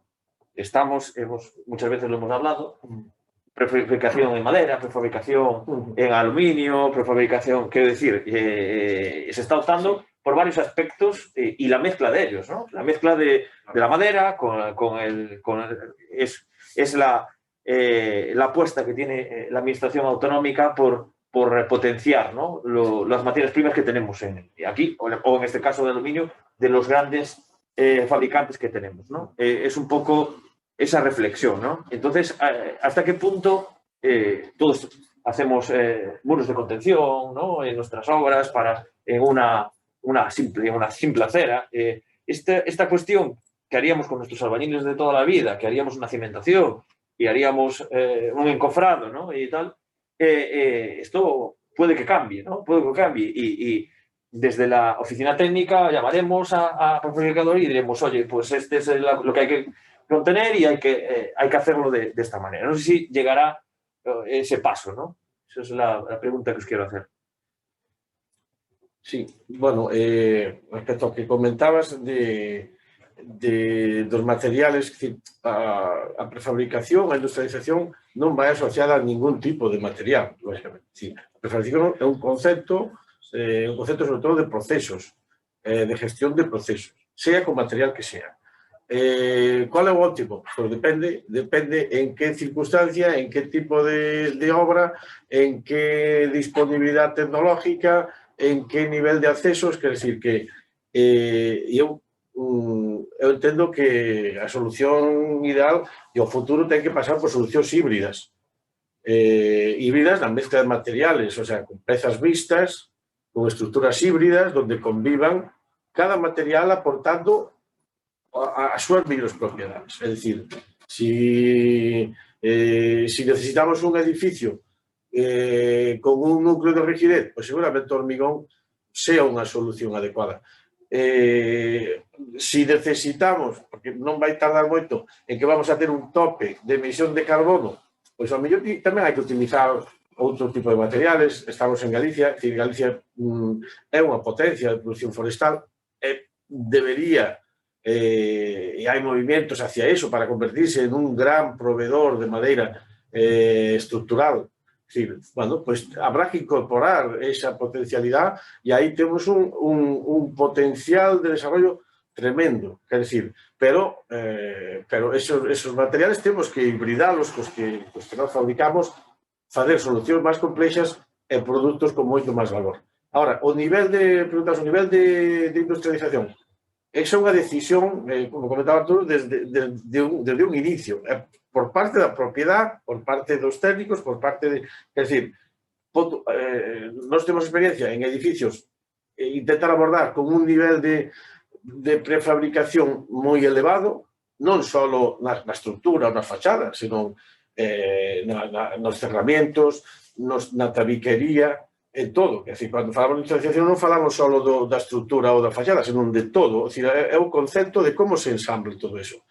E podes abordar, e hai exemplos. Quer dicir, ese nivel de prefabricación é óptimo? Depende. Hai constructoras que son capaces de gestionar eso, e incluso ao mellor teñen un cuadro de necesidades onde priorizan ao mellor o plazo ou determinada forma de construir, que esa é a solución óptima, pero tamén son moi defensor dos niveles intermedios da prefabricación por elementos. É dicir, bueno, ao mellor pode haber un elemento que ten pilares in situ e o forjado é prefabricado e que se aporta unha solución de poder ir a un rango de luces maior. Entonces pode ser óptimo esa solución tamén. Quer dicir, non hai unha solución que resolva todos os problemas e todas as necesidades. Isto hai que irlo explorando e seguramente isto é algo que o que hoxe en día é moi óptimo, 1110 anos, como comentaba Arturo, pois pasa a ser outra edad, porque está evolucionando todo, a disponibilidade personal, a potencia industrial da que dispoñas, o nivel de técnicos que haxa. É dicir, isto é algo que está en movimiento continuo. En esa línea, en cuanto a cuál es el nivel final de prefabricación, aquí todavía estamos muy cortos, digamos, de esa especialización, ¿no? A nivel tecnológico, pero en Inglaterra o en Estados Unidos, los edificios grandes que se hacen en Estados Unidos no se plantean hacer un cuarto de baño in situ. Los cuartos de baño son unos cajones que vienen cerrados, equipados, que lo meten por la fachada y los llevas a su sitio. Los conectas y se acabó el cuarto de baño entero. Es decir, en algunos casos alicatado. Ya, pues tú lo traes en un cajón y ese cajón es al que colocas. Entonces, al final el grado de industrialización es el que nos permita, digamos, nuestra capacidad industrial. Es decir, lo que evidentemente tenemos empresas punteras en Galicia en determinados sectores, como comentabais el aluminio, como comentabais las maderas, el sistema de montaje de las edificaciones de madera que se están haciendo ahora son con paneles bien hechos, evidentemente, sobre un rematito, pero no es al carpintero clavando tablas, son elementos que vas ensamblando. Entonces, al final es apostar por ese proceso por parte de las constructoras y por parte de las propias industrias. Desde la óptica de la constructora. Yo creo que es más un tema de que la necesidad apremia. Al final, las distintas inversiones que se van a ir haciendo en las industrias van a ser porque no es que no se pueda ejecutar en sitio se puede ejecutar, pero ante la falta de mano de obra especializada y que los plazos, los costes de esa poca mano de obra que está quedando, al final va a llevar a que se hagan inversiones, porque ahora mismo las industrias que hay no dan hecho en la cantidad de trabajo que se podría llegar a hacer. Entonces, va a haber que especializarse en las distintas industrias en fabricar elementos de todo tipo. Tú hablabas de varios tipos, de muros pequeños en zonas de urbanización, etc. Se pueden hacer, no es ningún problema. Un muro pequeño se puede llegar a hacer con un panel normal de hormigón con unas esperas. Y claro, de ponerte a encofrarlo en obras, que tengas que hacer 100 metros de muro y que te tires ahí 2 semanas haciendo un muro, a que te venga un camión, ese murito que tú nada más que es posicionarlo sobre un hormigón de limpieza y hormigonarle esas esperas que traes a una altura de 1 metro, de 1,5 metros, 2 metros, claro, en un día lo resuelves prácticamente. Hasta ahora todo eso era impensable, pero a partir de ahora cada día va a ir a más y la gente lo va a ver porque todo viene derivado de esto, de la falta de mano de obra, que al final te hace agudizar el ingenio. Y aparte, no es que lo estemos inventando aquí, estamos viendo continuamente en otros países, como decía Santiago, países anglosajones, que las fachadas de edificios vienen completas, vienen ya con sus ventanas, con sus acabados, con sus aislamientos, y es todo un mecano que se ensambla en obra. Todo eso detrás tiene una cantidad de trabajo brutal, pero no es concebible hoy en día ponerte a montar un ladrillo caravista en Inglaterra. O sea, pero ya tienes fachadas de ladrillo caravista que vienen prefabricadas. Sí, yo creo que lo que estamos hablando un poco de la competitividad de las soluciones industrializadas, un poco aumenta en relación al aumento del coste de los materiales, ya que permiten optimizar las soluciones industrializadas, y el aumento del coste de la mano de obra, ¿no? A medida que aumentamos esos costes, empieza a ser más competitivo tener pues, unas soluciones optimizadas que sean menos intensivas en mano de obra y pues, más intensivas, lo mismo en maquinaria o digamos, en la fábrica, en instalación de fábrica. Yo estaba recordando un ejemplo en un proyecto que hicimos en Santiago de Chile, de una estación de metro, que allí los pilotes los excavaban a mano. Pilotes de 20 metros que se excavaban a mano porque, bueno, pues había un señor abajo con un cubo y una polea y van excavando y sacaban el material, ¿no? ¿Cómo es eso posible? Pues es posible porque las máquinas son muy caras y la mano de obra es muy barata. Si no, no sería eso posible, ¿no? Entonces, hacían muchos pilotes y podían poner a toda la gente, o a mucha gente a trabajar. O sea, era como que hacían todos los pilotes de la estación a la vez, con un número de personas importante, pero era todo, aunque era muy lento, el poder hacerlo toda la vez pues les permitía llegar a tiempo con los plazos, ¿no? Y sería algo impensable pues, con nuestros costes de mano de obra y en relación a los costes de maquinaria, ¿no? Es que es una relación entre ambas cosas y que estamos ahora un poco en un cambio de paradigma con los aumentos que hay de precio de materiales, con el aumento del coste de mano de obra, y que nos interesa tener menos mano de obra más dignificada y soluciones pues, que tienden a la industrialización. Muy bien. Paso a leer las preguntas que tenemos y empezamos por Juan Pablo Álvarez, que es gerente de Hilti en Galicia. Me gustaría saber qué opinión tienen los ponentes sobre el papel que debemos desempeñar los proveedores de materiales de cara a la industrialización del sector. Bueno, para mí, al final, esto es un conjunto. Quiero decir que al final todos tenemos que colaborar.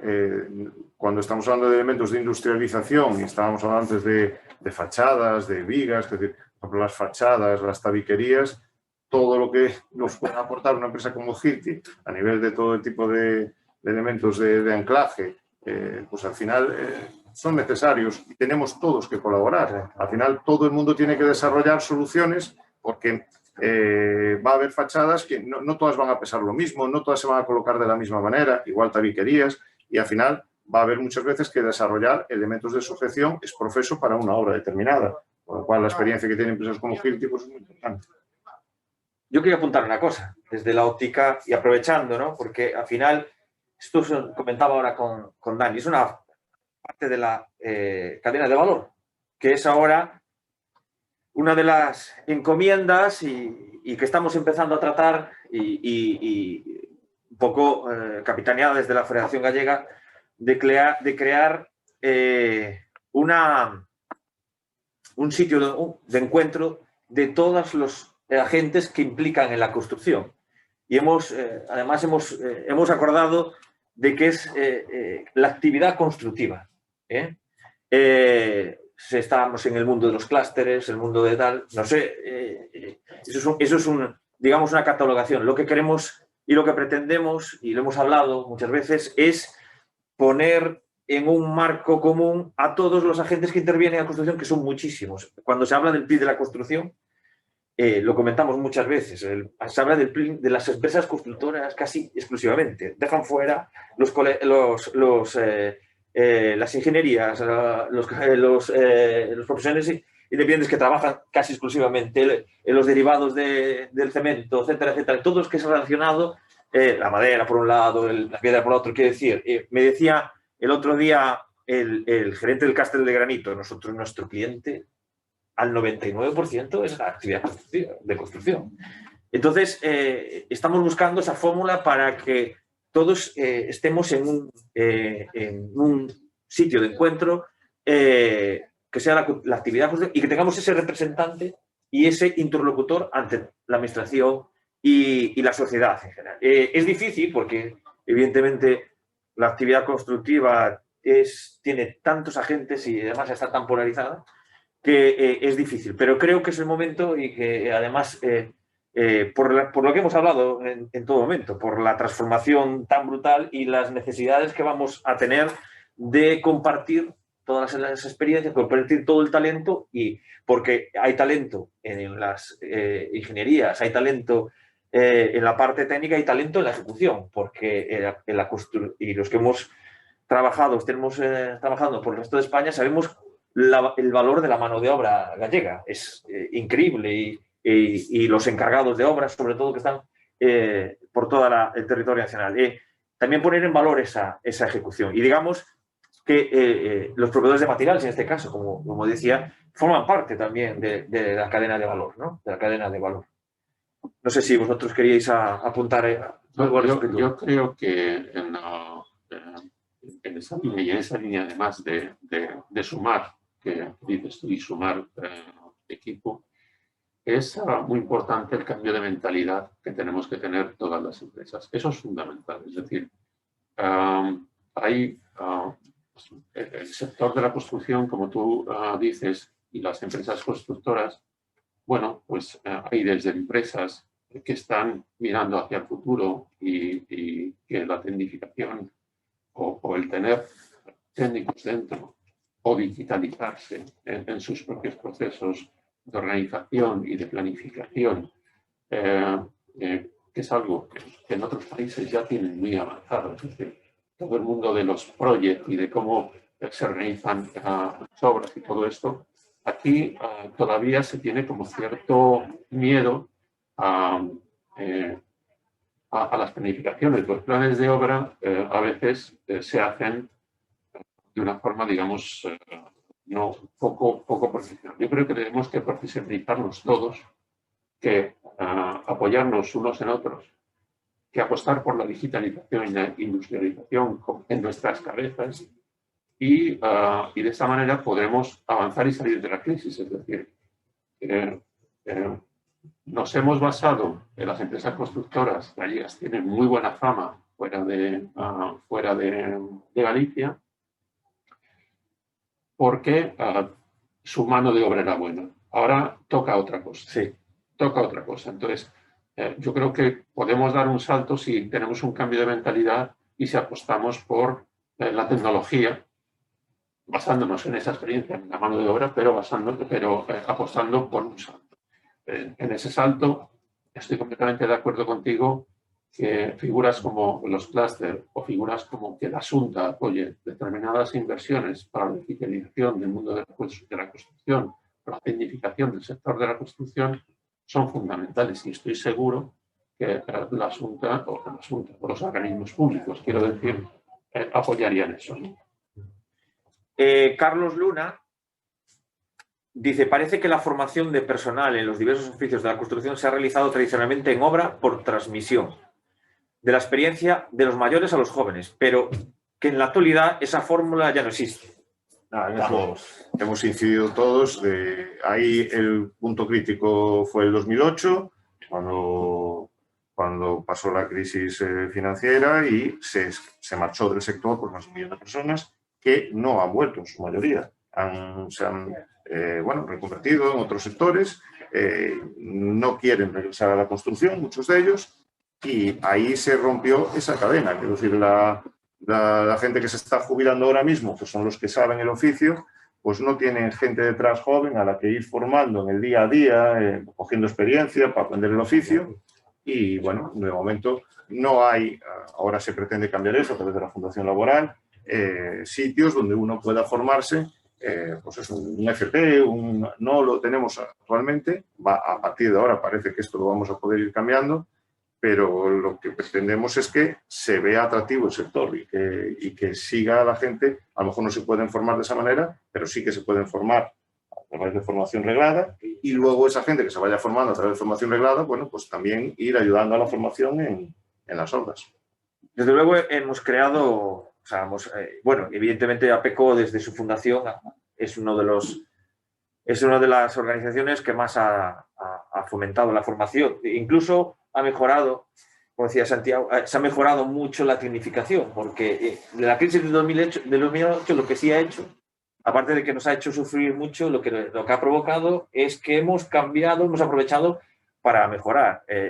Fran, que conoce mucho a los asociados, sabe que podemos corroborar que las empresas pequeñas han dado el paso, ¿no?, de poner personal técnico en sus empresas, o sea del tamaño que sea. Es un gran esfuerzo para varias compañías y siempre lo pongo en valor, ¿no? Es el gran salto que hemos aprovechado, y desde APECO se ha dado un cambio a la formación.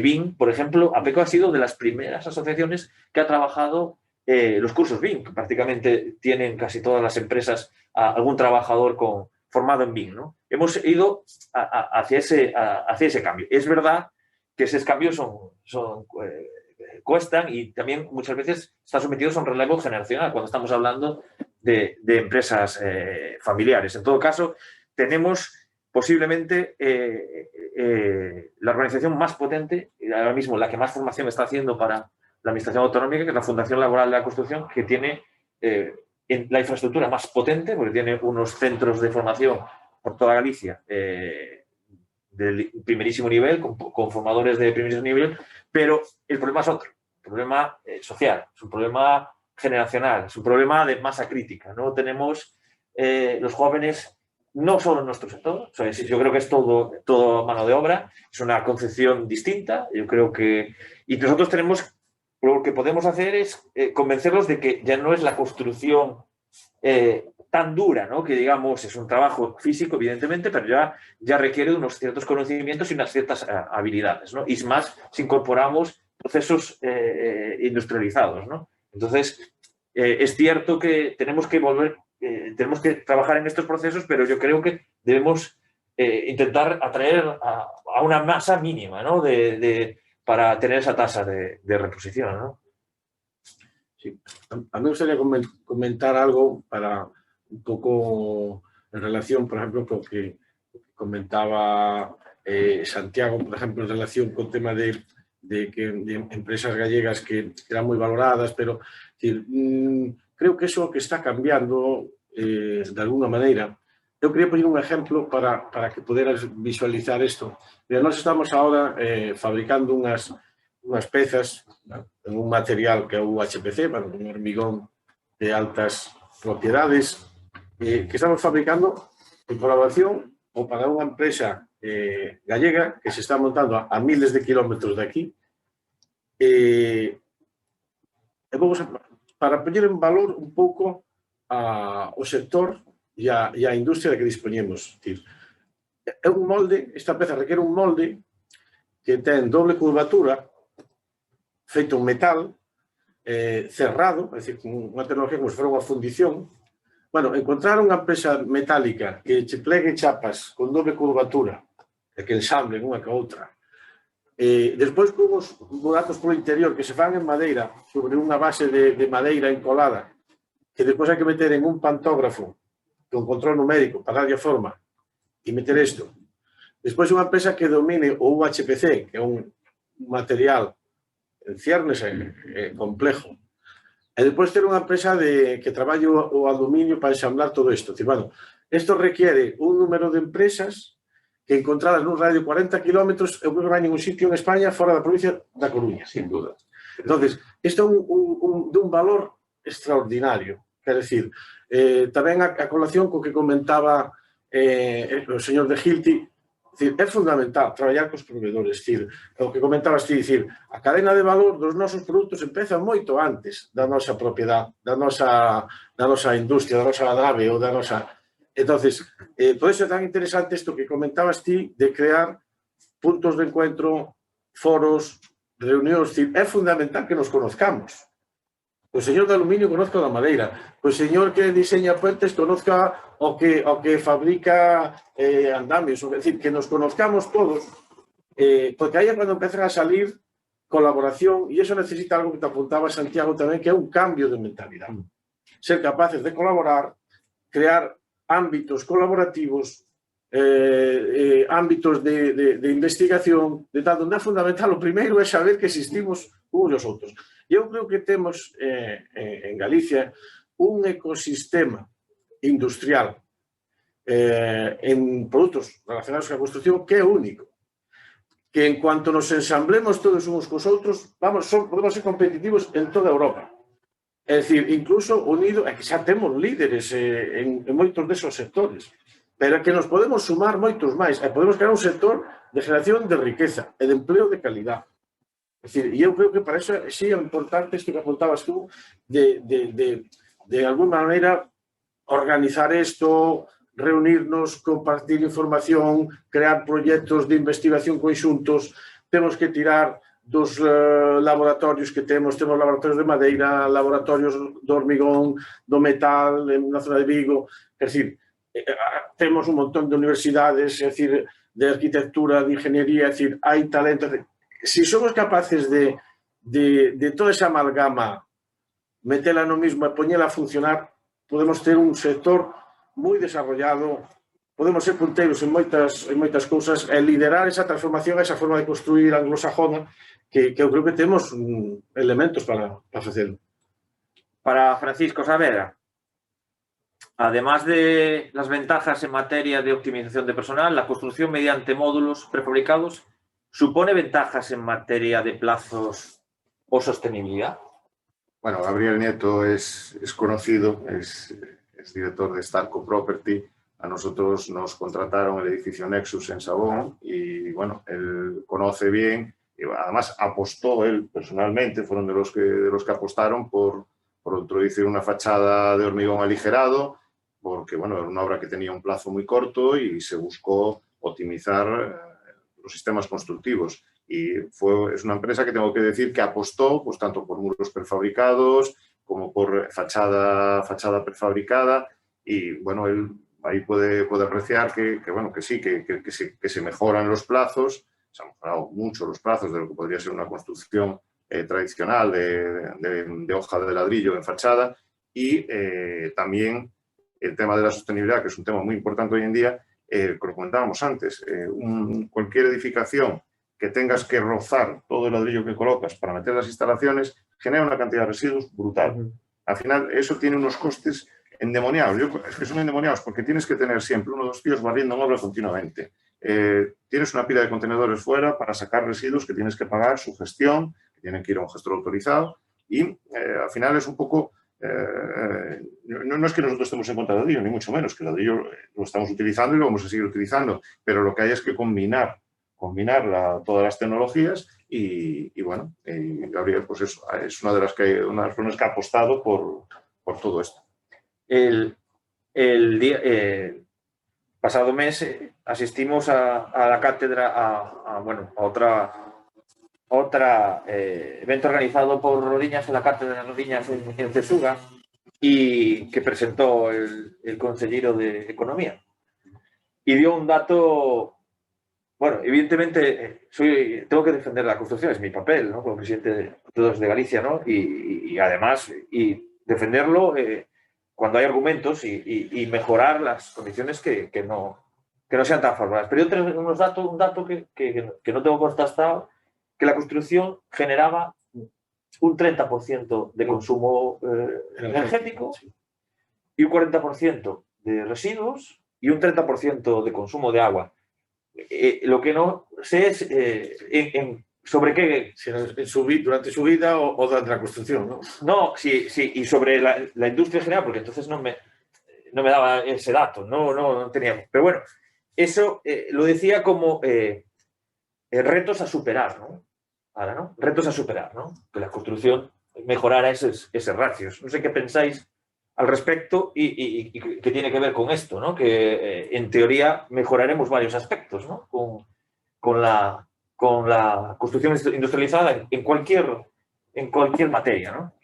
No sé qué pensáis. Lo que está claro es que el controlar los procesos de producción desde el minuto cero en relación a hacerlo en la obra, lo que nos va a dar es unos parámetros de consumos o de producción de CO absolutos desde el principio. Es decir, sabremos ahora mismo la construcción del edificio con todo lo que lleva incluido qué emisiones de carbono va a tener o va a producir esa construcción. La industrialización te lo facilita porque sabes qué es cada elemento y sabes cómo va a ser cada elemento.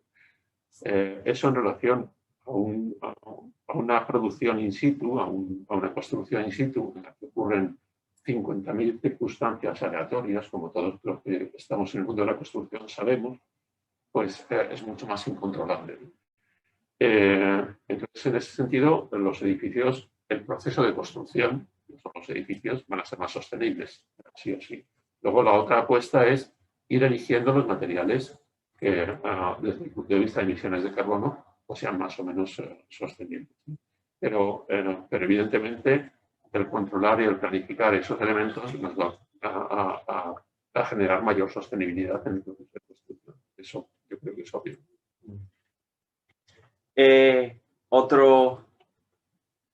Otro participante nos dice, pregunta para todos los ponentes. ¿Creen que habrá, además de un cambio normativo, modificando la CTE o incluso LOE, en el que vinculen ya no solo a los fabricantes de productos, sino a los sistemas que generen los sistemas industrializados de construcción? ¿O algo parecido a la orden circular que mostró Arturo sobre criterios de puentes prefabricados pero aplicado a la edificación?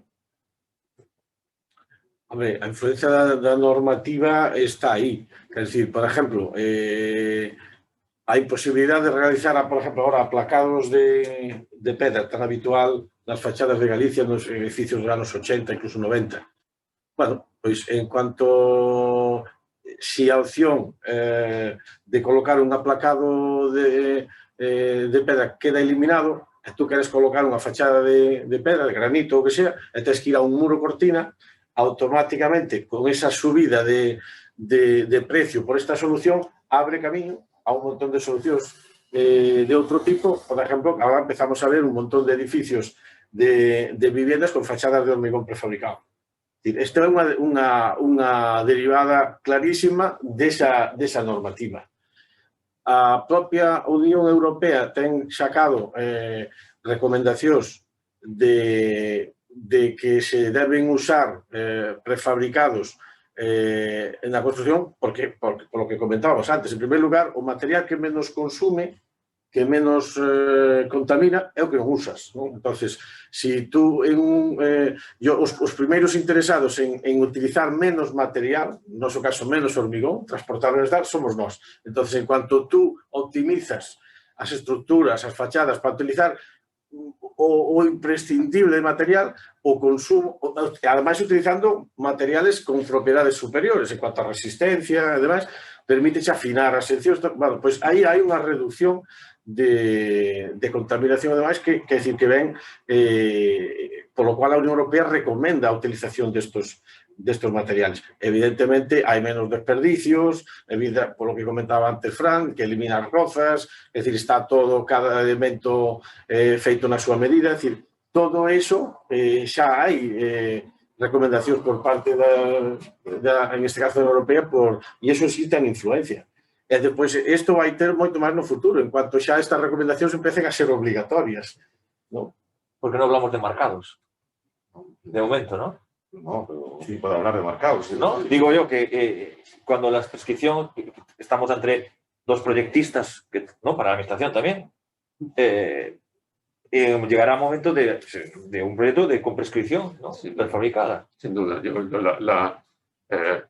Bueno, el código técnico tiene su tiempo y es relativamente reciente y se va actualizando. Antes estaban las normas, las NT, es decir, al final la normativa va evolucionando según la tecnología y los nuevos materiales van evolucionando, los sistemas constructivos. Entonces, evidentemente, y Europa, en la línea de lo que decía Daniel, marca la línea. Entonces, está claro, la normativa va a ir evolucionando, va a ir permitiendo estos pasos. Establecéis antes de los seguros, ¿no? Que a veces nos ponen freno y nos ponen trabas a determinadas cosas, van por detrás siempre de los avances en la construcción, ¿no? Pues tendrán que evolucionar, es que no hay otra manera de salir. Sí. Bueno, comentaba un poco respecto a esta pregunta, ¿no? De la evolución de la normativa. Las normativas van avanzando, ¿no? A la vez que la tecnología, ¿no? Y también de las demandas, ¿no? De la sociedad. Por ejemplo, la norma de hormigón, la de 1999, pues dio un salto muy grande en durabilidad, en análisis de durabilidad y en todos los planteamientos de durabilidad. También la de 2008, la que está en vigor, pues hacía mucho enfoque, o sea, sumaba, ¿no? A todo lo que se había desarrollado en la sostenibilidad, ¿no? En la vida útil de la estructura, en el final de la vida de la estructura, digamos, aspectos ambientales, ¿no? Que antes no se habían contemplado, ¿no? ¿Y por qué se produce eso? Porque hay una demanda, ¿no? De la sociedad que para todos son aspectos importantes y se van incluyendo en la normativa, ¿no? A su vez, las tecnologías se van incorporando en la propia H, pues va ampliando sus articulados o sus especificaciones sobre métodos planificados, sobre determinadas tipologías constructivas, y muchas de las normas son realmente prestacionales. Tú podrías hacer una justificación prestacional saltándote en articulado, que eso supone en algunos casos muchos problemas, ¿no? Porque alguien tiene que parecer bien y luego además estás asumiendo tú una responsabilidad que si te apoyas en la norma, pues bueno, no tienes esa responsabilidad, pero si te sales de la norma es ya tu... si no sale como tú consideras, pues es tu responsabilidad, ¿no? A todos los efectos. Entonces, realmente no... A veces pueden suponer una limitación a los avances tecnológicos, pero realmente, pues, yo tiendo a hablar al principio de que se puede plantear enfoques prestacionales y se justifican que las características de seguridad y prestacionales son idénticas a las que exige el código, ¿no? Reglamento de protección contra incendios, de instalaciones industriales, pues también permite lo mismo. O sea, tú tienes el enfoque normativo del articulado y tú puedes decir, mira, mi caso no se adapta a esto, voy a hacer una justificación de prestaciones, ¿no? Entonces eso sí permitiría pues, el ir por delante de las normas pues, con estos cambios, ¿no? Nuevos sistemas constructivos, ¿no?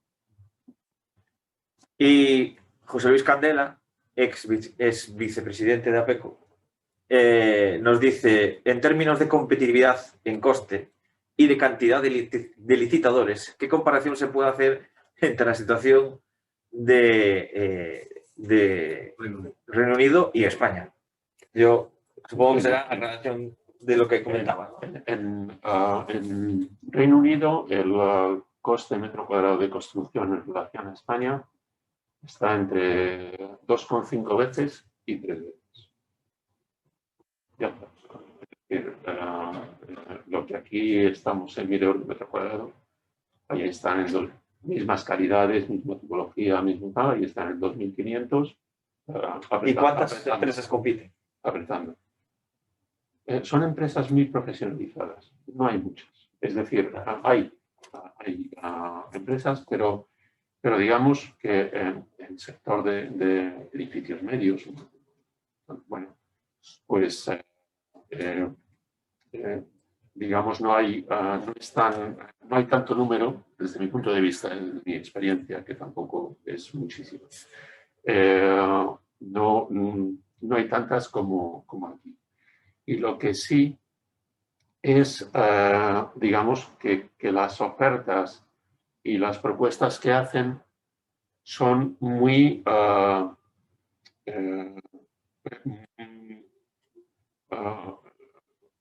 muy responsables en el sentido, incluso es que parte del proyecto se asume en el proceso de construcción y hay una responsabilidad aún mayor que la que ocurre en España. Es decir, las empresas constructoras son el primer responsable de lo que pueda ocurrir. Entonces eso significa también que tienen como mayores equipos técnicos y está un poco en la línea de lo que digo de evolución, ¿no? Tienen como unas plantillas más definidas y los desgloses que te hacen, incluso el análisis de riesgos, cuando hablo de análisis de riesgos de lo que puede ocurrir durante el proceso de obra, no de riesgos laborales, nada de eso, ¿no? Sino de circunstancias ajenas que pueden ocurrir para que que obra se retrase o para que una obra se encarezca, es tremendo y lo presentan desde el primer momento. Entonces, quiero decir, hay como un proceso ahí al que tenemos que, entiendo yo, que atender, ¿no? para ser competitivos, y porque la filosofía es distinta. No quiere decir que construyan mejor, pero digamos, esa parte sí la tienen más evolucionada. La referencia que hace es como excontratista y es algún dato que a la administración cada vez que lo cuento queda frío. Y es que en Galicia, incluidos los autónomos, hay 7.800 empresas de construcción, incluido autónomos. Claro, estamos en un escenario diseminado de múltiples empresas pequeñas y ese es el escenario que tiene. Y claro, la competitividad es absoluta. Y entonces, yo creo que hay un gran problema en este sector que es la rentabilidad. Una baja rentabilidad hace que no asumas a lo mejor o que minores otros aspectos, ¿no? que a lo mejor podría ser. Y esa es la situación en la que estamos y tampoco, quiero decir que aquí falta una pata en esta mesa, ¿no? Seguramente falta la parte de la administración que tiene que decidir proyectar. O del promotor, ¿no? O del promotor. Pero, claro, es que esto es un problema educacional. Es decir, el promotor tiene que entender, como hemos dicho, que para hacer un proyecto y que un proyecto esté bien y que entre dentro de este proceso, el proyecto hay que pagarlo. Porque si tú pagas 1.000 euros por un proyecto, toma, es decir, tienes un grabado, como decir, ¿no? Tiene que entender que para que una empresa constructora le dé las garantías y tenga la tecnología y los técnicos suficientes para responder a un edificio que va a ser suyo y que va a ser para toda la vida, en el caso de la administración, ¿no? Pues tiene que pedir unos requerimientos determinados, unos requerimientos. Entonces, eso es, digamos, que nos olvida, o que se olvida la administración o los promotores, o que no lo prioricen el mundo de la subasta. Es decir, esto de que ya está, el más barato, que es que me lo va a hacer igual, dices, no, pero esto es un cambio educacional, es un cambio complejísimo, ¿no? Evidentemente. Pero es la base de todo esto, es decir, los técnicos se van de Galicia y de las empresas porque no les pagan, entonces se van a otros países, se van a Inglaterra o se van a grandes empresas que les pagan. Al final hay que reconocer el valor de los técnicos, hay que reconocer el valor de la formación, porque al final esos técnicos se han formado en las universidades de aquí y son gente que vuela en cuanto puede porque no está remunerada. Entonces hay que reconocer que construir bien, proyectar bien y tener una buena calidad significa también, bueno, reconocer que tiene un coste, nada más. Entonces, las empresas y los técnicos, las ingenierías, podremos dar ese paso si, de alguna manera, nos reconocen ese coste, ¿no? Sería absurdo que tú te gastases un dineral en tener 20 técnicos en tu empresa y tener todo súper digitalizado, cuando al final tienes que competir a la baja con un autónomo. Correcto. Esto es lo que no tiene sentido. La administración y el promotor es la pata fundamental que tiene que entender ese proceso. Y cuando digo administración y promotor, digo interventores, secretarios, Es decir, toda la entelequia que está, o todos los órganos que están implicados en una contratación. Bueno, yo creo que son las 8 de la tarde, yo creo que hemos empezado a las 6, yo creo que es una intervención para finalizar, dar las gracias a todos los intervinientes, a todos los asistentes a esta webinar y nada, emplazándolos a la tercera y última webinar antes del proceso vacacional, que será relacionada con un tema apasionante también, que es el tema del ciclo del agua, y que también tenemos asociados con una gran experiencia y valía en ese campo, que lo haremos en próximas fechas. Y bueno, no sé si queréis una última intervención para terminar y para despedir.